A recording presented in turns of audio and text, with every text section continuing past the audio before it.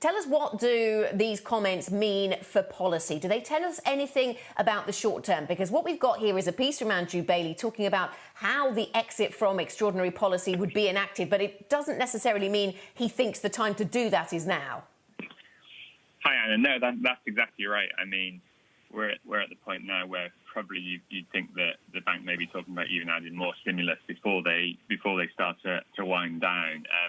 This is kind of particularly interesting just because it gives an insight into where Bailey thinks the firepower for future crises does lie. Obviously, you mentioned the figure of £700 billion there around for the balance sheet. Obviously, that's going to swell even further after the bank's current round of QE is completed. They added another £100 billion of bond buying last week. So this is really going to get pretty large. And he's kind of just saying, when the time comes, it makes more sense to try and run that down. And there's lots of things on the balance sheet. There's the QE purchases and there's some of their lending firms and repo operations. So there's a lot of things they could do there. But I think in the past, at least Mark Carney always said that they wouldn't start sending off those QE purchases until rates hit around 1.5%.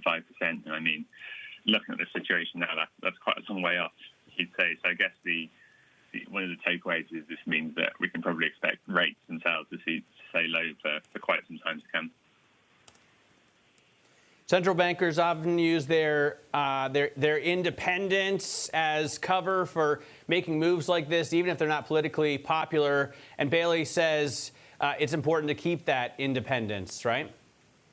Yes, exactly. I mean, in this case, I suppose his policy has been politically popular because it's really helped out the UK government by buying all the bonds that they have. They've really helped the government keep borrowing costs low so they can fund this huge amount of spending that the UK government is currently undergoing to help the country through the pandemic. I mean, the government supporting the wages of almost 12 million jobs at this stage. There's a huge amount of borrowing needed to support that as well. So actually, by buying these bonds, the government is benefiting from the BOE package. But I think Bailey's point here is that doesn't really matter. I mean, it's not like basically this doesn't compromise their independence just